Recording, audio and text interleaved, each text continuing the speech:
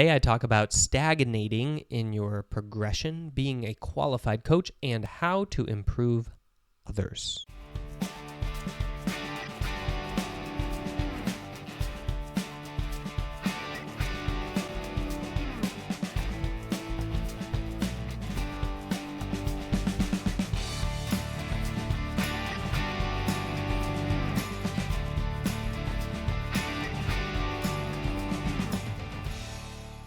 Welcome to Mind Games TV, episode 46.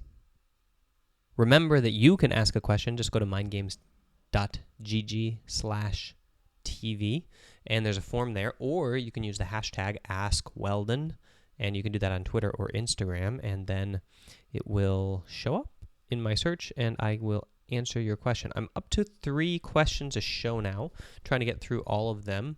If the rate keeps up as it is, then I think 3 questions a show will be good. Otherwise, I'm going to go up to 5 and try to answer them shorter. And then I might have to actually start missing questions. But for now, if you ask a question, it will get answered.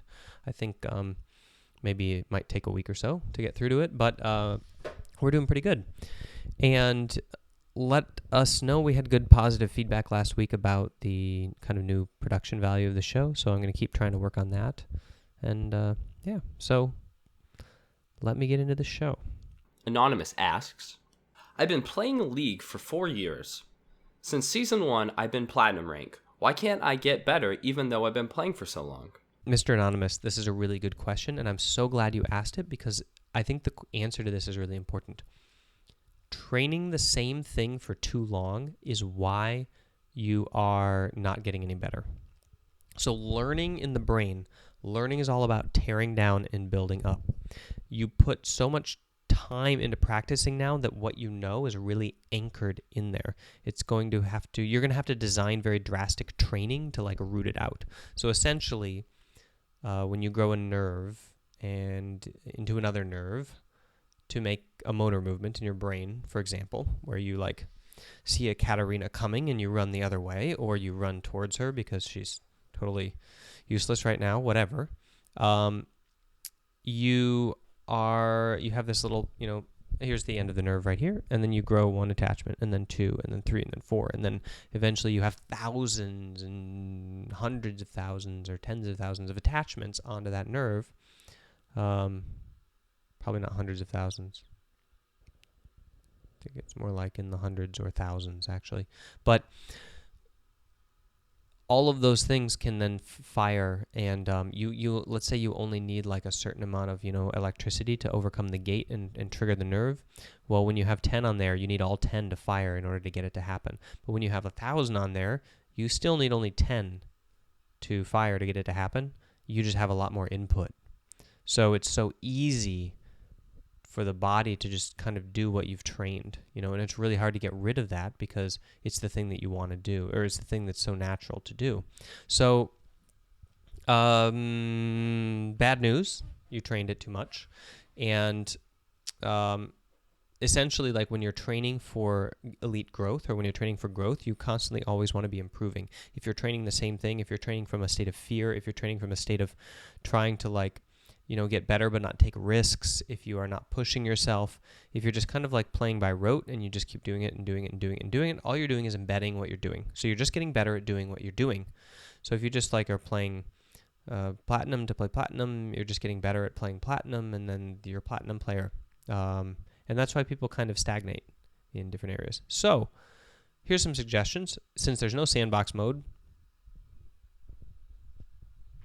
in League of Legends, of course, in Counter-Strike and in Hearthstone, not Hearthstone, in Heroes of the Storm and in other games you can deal with this, but if you're playing League of Legends, you should take your skills to an entirely different game and apply everything you know, but come at it from a very humble mindset, a noobish mindset of pursuing mastery.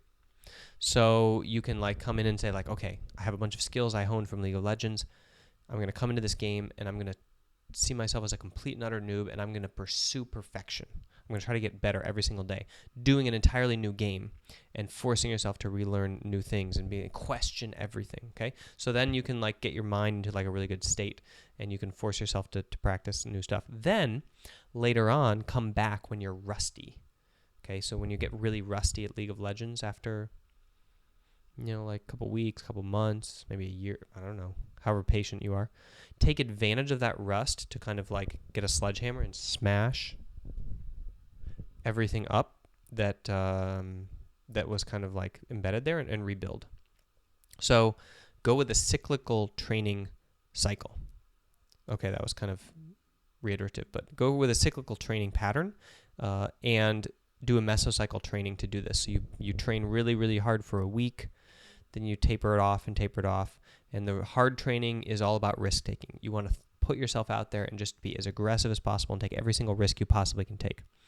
Then the next week you scale it back and you aim more towards strategy and tactics. In the final week you scale it back and you try to be perfect in all areas of your game competitive-wise. Okay, so you actually care about what the jungler's doing and whatever. Remember that first week where you're smashing things, you don't care about what the jungler's doing. You don't care about your teammates. You just care about fighting and trying to like push yourself to the maximum and taking every risk you can take. You can go to mindgames.gg/mesocycle, MESO, cycle, CYCLE, and you can get a worksheet that'll help you do that.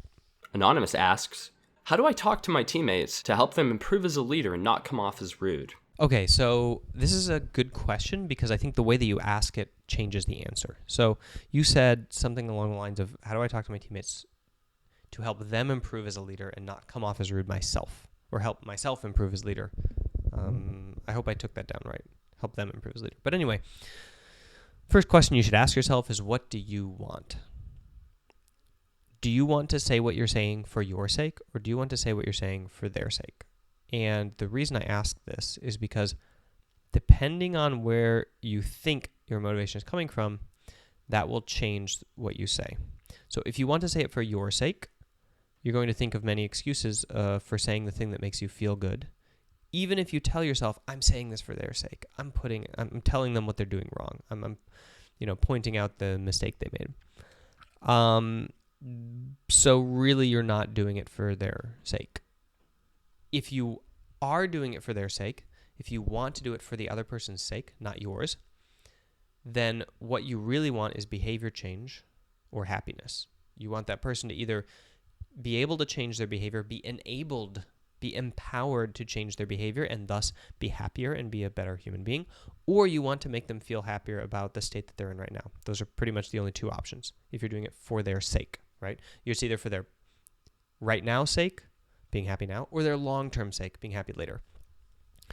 So if you really want them to be happy later, you want them to actually change their behavior, pointing out their behavior to them, I will tell you right now, as a sports psychologist, so a specialist in the art of behavior change for sport mastery, pointing out their mistake is not going to help. Give up the idea.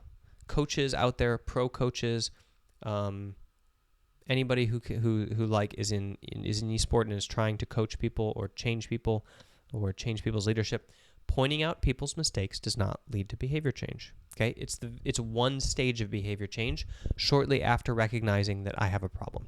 So first, the person needs to recognize in their own mind that they have a problem. And a lot of people think that, well, if I tell them over and over again that they're effing up, then eventually they'll think they have a problem. But no, they just think you have a problem and that you're taking it out on them mostly. So if they think that, okay, I have a problem, and they're trying to identify when they make the mistake, then you're coming in at the right time to tell them that they're making a mistake. But then they move past that stage. Then they're in the habit changing stage, right? So at this point, what they need to do is get pointed out when they succeed, because that's going to be rarer. They're going to be making the mistake a lot, but sometimes they're going to be catching it and fixing it, and that is what they need to get pointed out to them, because that is the point that will make the most mental impact on their change of behavior. Okay, so if they're in that stage where they're striving, find when they're successful in changing and talk about that part. Bring it up, point out that, oh, this happened. Did you notice that you did it correctly? Okay, then they get to the stage where they're trying to build that new learned behavior into a pattern. So they've learned to roam well. You pointed it out when they roamed well over and over again, and so they've learned much better how to roam, and now they're trying to get that into the habit of roaming and maintenance it and keep it going. And at this point, they need their successes and their failures pointed out, kind of in equal dosage, like the sandwich method. So here's what you did good, here's what you did bad, here's what you did good.